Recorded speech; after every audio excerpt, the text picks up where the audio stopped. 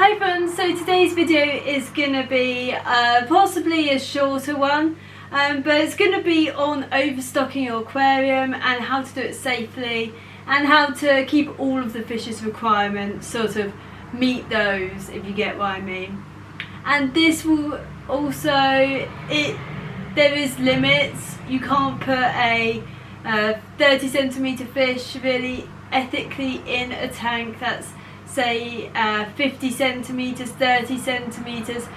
It's just not fair on the fish. It doesn't meet any of their requirements, and while behavioural requirements certainly won't be met, physiological definitely won't be, and or would be very difficult too. It does depend. You do get fish that do not move, and then it becomes a little bit more difficult. And also those fish that do not move, do they not move in these conditions, or is it because they're not being kept in a certain way that's more ethical for them, that makes them a bit more active? Some fish, like with reptiles, they can be more active in a more suitable environment. So as a student, I live in rented accommodation. This is a first floor flat. I have to bear in mind the weight of fish tanks, and therefore limits what I can keep, but also how I keep fish if I want to keep the fish I do. None of these fish will outgrow the size of the aquarium as long as I keep maintaining them the way I do, and this does not involve stunting. I think stunting is unethical, and the fish won't live as long or as healthy as they could do. And also there's so many different ways. I also feed high quality diets, which makes a big difference. So the first thing about overstocking is overfiltration. You have to match that. So overfiltration will mean you have to clean the filters much less than one that's sort of more per the size of the aquarium. So one that's more size of aquarium, that may be sold with the aquarium, and might say it meets the aquarium sizes, but usually always overfilter anyway. They usually do not provide enough flow. You'll likely need a power head for many fishes. If you do it with that sort of filter, even then a power head is useful for flow. And then it generally, those filters, they will not cope with the capacity of waste that those amount or those fishes are producing, and it just means you have to clean it less, which is so much easier in people's busy lives anyway. So it doesn't mean by having more filters, a larger filter, that you will have any more bacteria. There is only a set amount of bacteria depending on the volume of waste being produced from the number of fish and the types of fish. But the large amount of media generally means that it will stay clearer for longer, so less likely to get clogged, and therefore maintain more flow to the aquarium, to the bacteria for longer.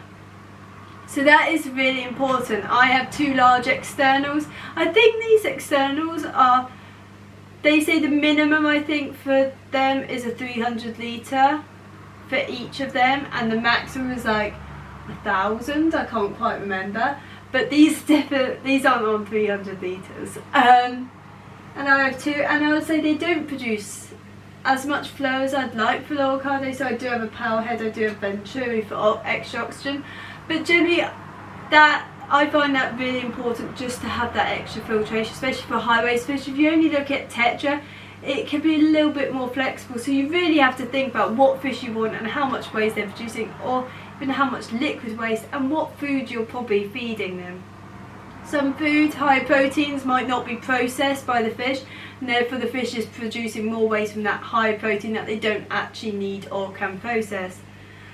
So next thing is the most important, and this is over water changing, or water changing for the amount of fish in that size aquarium. So that means there is a limit. You can't do 120% water change really. You can do 100%, and I've done that with juvenile fancy goldfish, and generally I wouldn't do it with many other fish, just because temperature changes and then the actual logistics of it.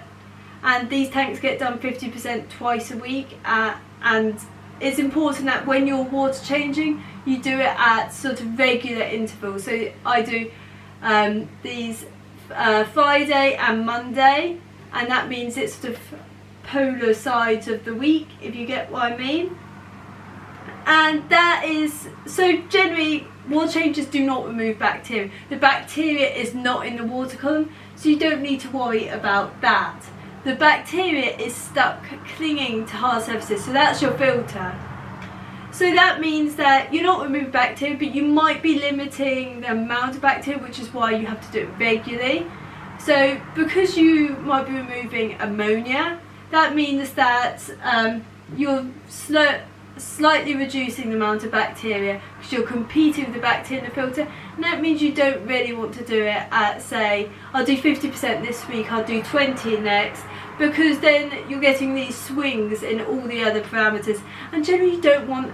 My aim is to have no nitrates, and that is very important. Any level of nitrates is toxic, so generally you don't want any above the base level. I don't have any detectable from my base water source. Some people might do. So generally, if you have nitrates well above that base level, you're not water changing enough, and there's no harm in it. Just make sure you don't get large swings in temperature, but generally they're not so common. So if I do 50%, this takes it down around 4 degrees, and most fish, even the discus, are fine with that. In the wild, they probably will deal with quite harsh swings in temperature, not so much pH. And this is just keeping nitrates low, keeping the fish healthy, and removes liquid waste. So the final point, and this is to meet the fish's physiological requirements, so maintaining the correct environment to keep them healthy, their bodies healthy, their physiology healthy, and stuff like that. And this is frequently cleaning your filters, and there's no set number. It depends on the fish, the amount of waste. So I do mine once a month, exactly once every 4 weeks. I like to make it regular. And cleaning your filters removes the solid waste, that is reducing the amount of flow to the filter bacteria, and a reduced amount of flow will reduce whether they can actually survive, whether they're going to go dormant, or whether they're actually not processing the waste. And also you've got waste decaying in there, so that's going to produce other compounds. So cleaning your filters actually helps remove that solid waste out, as would water changes or siphoning more specifically. And generally the amount will vary. I always say when you start up a filter or a tank, check it every month. If it's dirty, really dirty, then maybe try every 2 weeks. See if that's suitable.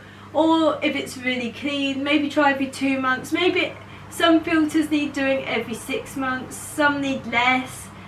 Some can be a little bit easier to see rather than the logistics of actually opening externals. Internals are just a cloud of mess, and I would only recommend internals depending for more specialist setups, I'd say, but they can be really good when they're in the right setup. Not my setups. If I had lower densities, then I would probably go for one. And the next things are looking at behaviour, and the main limiting factor of behaviour is territoriality. So a lot of fishes are aggressive or territorial in different ways, and generally this is not so high when they're young, but it peaks when they sort of reach sexual maturity, or even before that. Lorcardi, plex start getting sort of more territorial. Not all species, and generally Hypostomne, which is the ones you'll most often see in aquariums and kept by people, such as Hypancistris, which includes zebra pleco, stuff like that, or gold nuggets, that will start pretty young and it will get worse. So these fishes, you need territorial breaks. It can be plants, wood, caves, depends on the fish, and even for ones which are social, say discus and angelfish, they're still cichlids at the end of the day, and they can still have spats at each other. So having markers where having areas they can retreat to is good. So plants are really good for that. and angelfish as well. In the wild they won't actually be found around plants really, well, live plants, around the sort of in the flooded forest. They will be found around the roots of plants, and also they'll be found around dead plants, but plants make a good sort of aesthetic way of hiding them. You can use roots, twigs, palm leaves, stuff like that is what people have used, and this just maintains their behaviour. The most important thing though also with sociality is that the fish's other needs are met. If they're social, keep them in a group. So discus need to be kept in a shoal. Some other fish might need to be kept in a shoal. So I've got lemon tetra in here and they're in a shoal. That's the only shoaling one I've actually got in there. Oh, I have got Xenomystis nigare and there's a group of them. So meet those needs as well. If a territorial species is better solitary, then keep it solitary. I know it's tempting, but I always say if you want, say, this fish, get that fish. If you want that fish, get that fish. But don't mix them if they're not suitable. And there's plenty of smaller alternatives for larger species as well. So Pangasidae, there's actually quite a few different catfishes that are very similar to Pangasidae, but don't get even half as big. So overstocking is really complicated. There's limits, and I would say there's definite limits. Common bristlenose I wouldn't keep in anything under 100 litres. Mine grew, he's sat there and he's about the size of that cave. I think he's actually bigger, he just shoves himself in it. But he grew from a little tiny thing to about that big in 9 months. He's not miniature, he's territorial, he produces a lot of waste. I wouldn't have them in small aquariums, and he will live for decades. I've got a 20-year-old, well, I've got fishes in it, well, plex anywhere between 10 and 20 years old. The two older ones are not, like, they're rehomes, so I'm not entirely sure of their exact age, but they never stop growing, so that it's a fish to really think about. And a lot of fishes, there might be a few discrepancies, like difficult, like always follow standard length, assume standard length, and yeah, so meet those needs. Some fish just aren't suitable in smaller tanks. Clown loaches are a good one, or smaller tanks. I would say that this is a medium-sized tank or a small tank. Generally I follow nanos are under 100 litres, this is 200, so that is kind of hard to guess. But in the UK we generally have smaller houses, I'd say, or smaller tanks. Large tanks are really expensive and hard to get. Like, well, these are one of it. There's not many brands that do sort of anything other than a nano tank.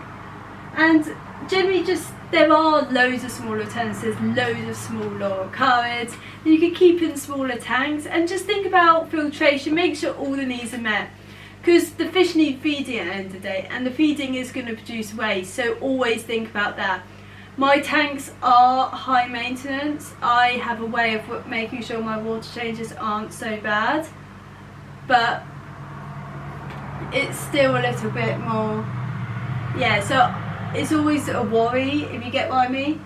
So it's always worrying that there might be a crash, because they are also high temperature. So high temperatures, nitrates, nitrites, ammonia all affect the blood. Oxygen is carried by the blood, and oxygen is lower as the temperature rises. So that's always worth thinking about. And it's also worth thinking about if you have the time. I generally say it doesn't take much time to do water changes and stuff like that, but a lot of people will consider it a major hassle that they don't want to do. So it's always worth thinking more into it. And just, but when you go into a store and you see a fish you really like, maybe just wait, spend a little maybe extra time at the store just to research it and really think, do I want this? Most fishes, I would assume they grow faster than you think, a lot faster than you think, so that's really worth considering. But anyway, thank you for watching.